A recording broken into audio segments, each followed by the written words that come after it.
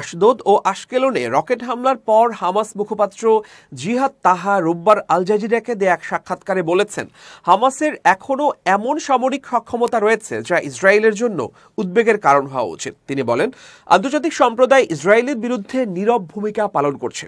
তাহা দাবি করেন, ফিলিস্তিনের বিরুদ্ধে চলমান অপরাধ ও হত্যাযজ্ঞের প্রেক্ষিতে প্রতিরোধ আন্দোলনের এই পদক্ষেপ ন্যায্য।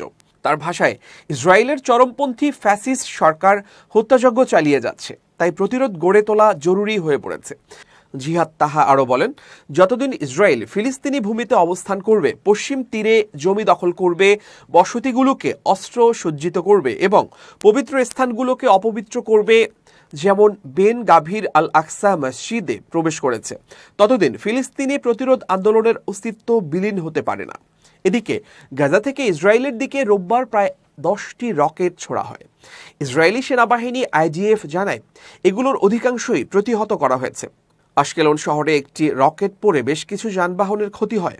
ইসরায়েলি জরুরি সেবা সংস্থা এমজিএ জানায়, রকেটের স্প্লিন্টারে আহত এক ব্যক্তি, বয়স আনুমানিক 30, এই ব্যক্তিকে বারজিলাই হাসপাতালে ভর্তি করা হয়েছে। এছাড়া বেশ কিছু আতঙ্কগ্রস্ত মানুষ এবং আশ্রয় কেন্দ্রে যাওয়ার পথে আহতদেরও চিকিৎসা দেওয়া হয়েছে। হামাস এখনও সীমিত সক্ষমতা ধরে রেখেছে, তাই স্পষ্ট হয়েছে আশদোদ ও আশকেলনে রকেট হামলার মাধ্যমে।